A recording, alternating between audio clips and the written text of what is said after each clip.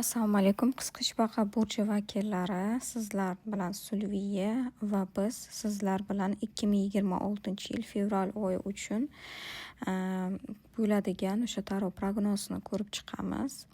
Agar tayyor bo'lsangiz, boshlaymiz. Asosiy energetika oyi, ehtiyotkorlik choralari va tavsiyalar, ogohlantirishlar va tavsiyalar. Asosiy energetika qisqichbaqalar uchun juda kuchli ruhiy o'sish, transformatsiya kutmoqda sizni. Nega aynan ruhiy o'sish? Chunki eski o'sha holatlarni o'z vaqtida yopish kerak. Hozir o'shani yopadigan payt, yangilanish payti kelyapti sizga. O'sha yangilanib ozod bo'lishingiz kerak. Balki o'sha 25-yilda qolib ketgan qanaqadir bir eski chala ishlaringiz bo'lsa, holatlar bo'layotgan bo'lsa, o'sha holatlarni yopib, ozodlik, yangilanish, o'zgarish bo'lishi kerak hayotingizda. Agar siz vaqtida ozod bo'lib, o'sha qutulishga, yopishga ulgurmasangiz, o'sha eski qolib ketgan qanaqadir bir ishlaringizni, siz yana o'sha qayta o'sha orqaga qaytadan boshlashingiz mumkin o'sha qanaqadir qiyinchilikni hayotingizdagi. Shu uchun transformatsiya va ozodlikni, yangilanishni o'sha vaziyatdan qayta takrorlanmasligi maqsadda tezroq chiqib ketishingiz kerak.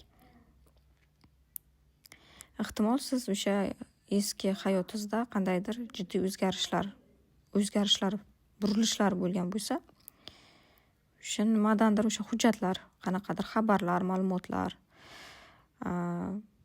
bo'lishi mumkin. Tushunmovchiliklar. Bu o'sha holatlarni yaxshilab o'rganishingiz kerak. Internet, telefon orqali, balki yozuvlar orqali qanaqadir. Mana shularning hammasini yaxshilab bir-biriga bog'lab, o'sha yuz bergan holatlarni tahlil qilib, to'g'ri tahlil qilib, barchasini yopishingiz kerak tezroq. Fevral oyi sizga o'sha barchasini yakunlash davri va o'zingizni ustingizda, ichki dunyoyingizda, ichki his-tuyg'u dunyoyingizni kengaytirib, o'zgarish vaqti.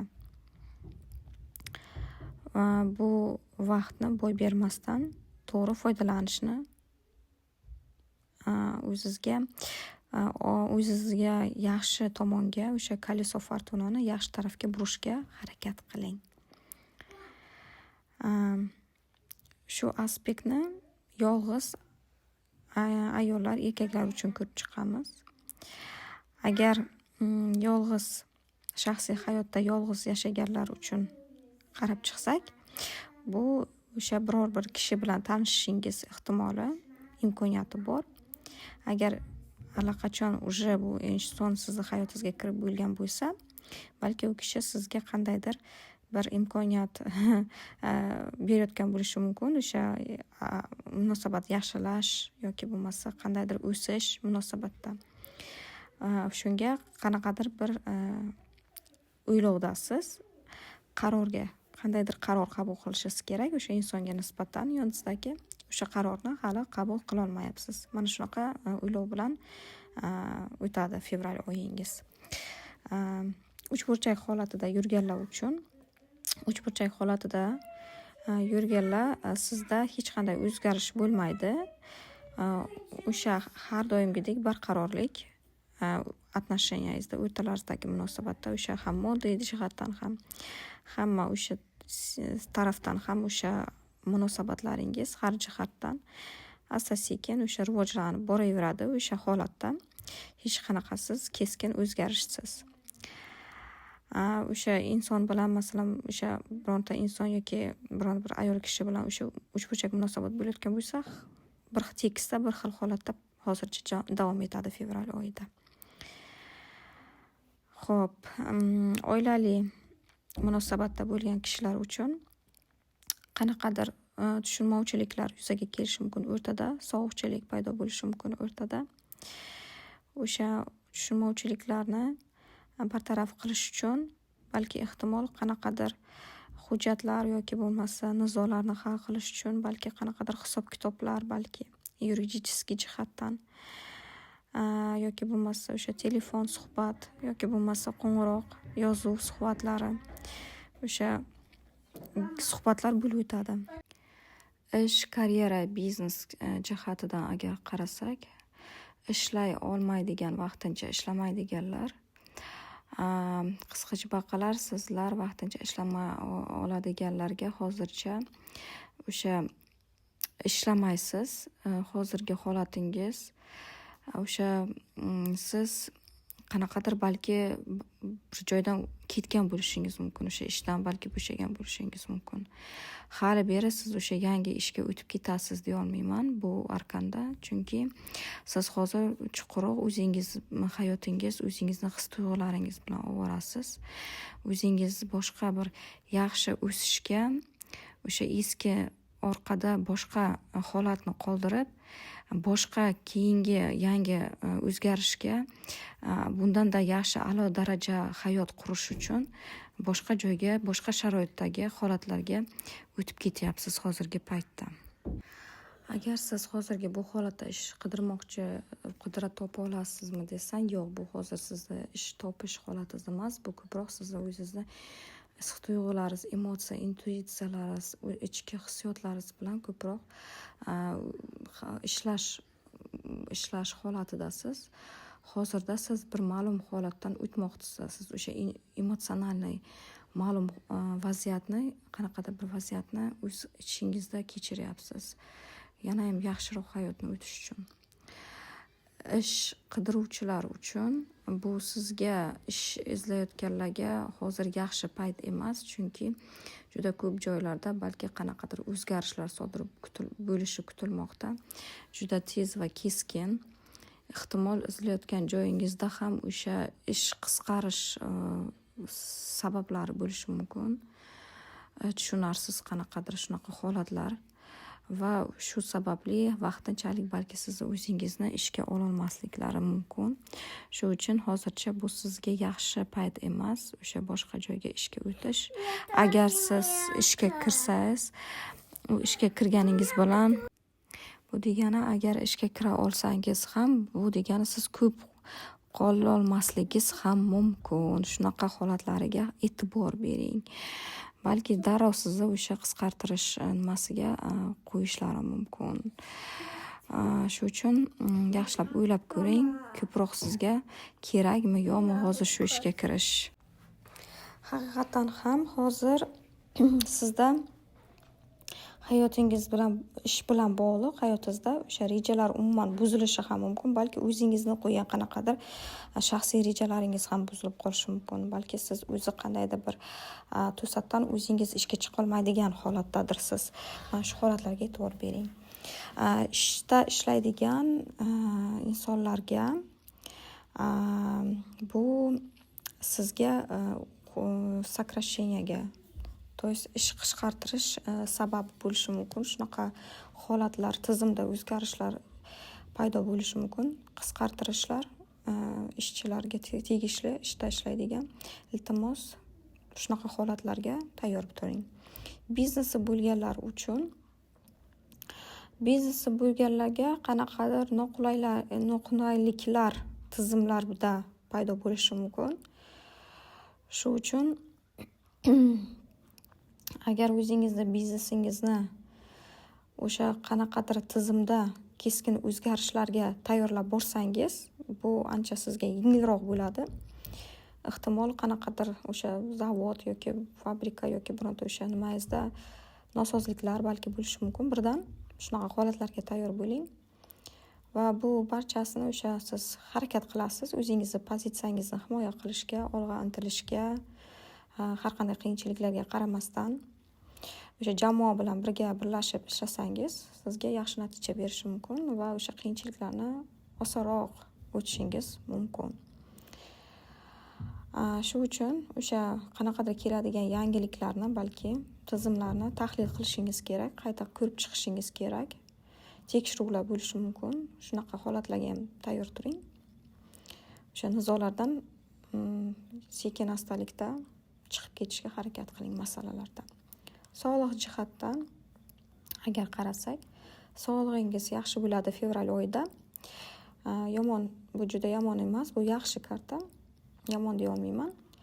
Lekin bir jihatga e'tibor bering, o'sha bir xil his-hijbaqalar ko'p ichmasligi kerak. Balki umuman iloji boricha sizga o'sha sog'lig'ingizga keskin zarar yetkazishi mumkin. Shunaqa holatlarga e'tibor bering. Umuman holatingiz o'zingiz yaxshi his qilasiz va balki qanaqadir agar biror bir vitamin, lekarствоda dori-darmonlar qabul qilayotgan bo'lsangiz, balki o'sha dori-darmonlaringizni qayta ko'rib chiqishingiz, o'sha specialistga murojaat qilib, doktorlarga, kerakli insonlarga, o'sha insonlar bilan, doktorlar, vrachlar bilan kelishgan holda balki qarab chiqish kerak bo'lar. Balki nima aynan qanaqa dori-darmon ichayotganingizga e'tibor bering. Nima qabul qilayotganingizga. O'z-o'zizdan qarorlar qabul qilmang. Xo'p, endi moliyaviy tomoningizga qarasak, moliya jihatdan sizga bu aniq bir pul kelishi, pul haqidagi karta emas.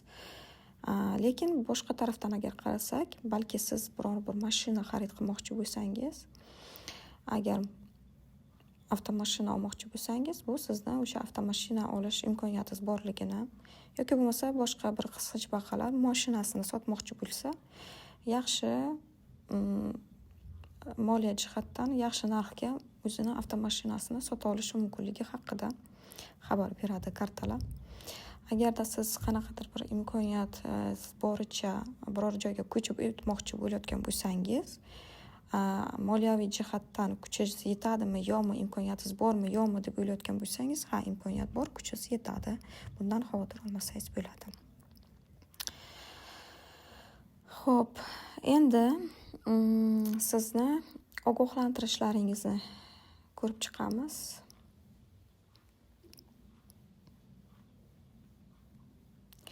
Manipulyatsiya.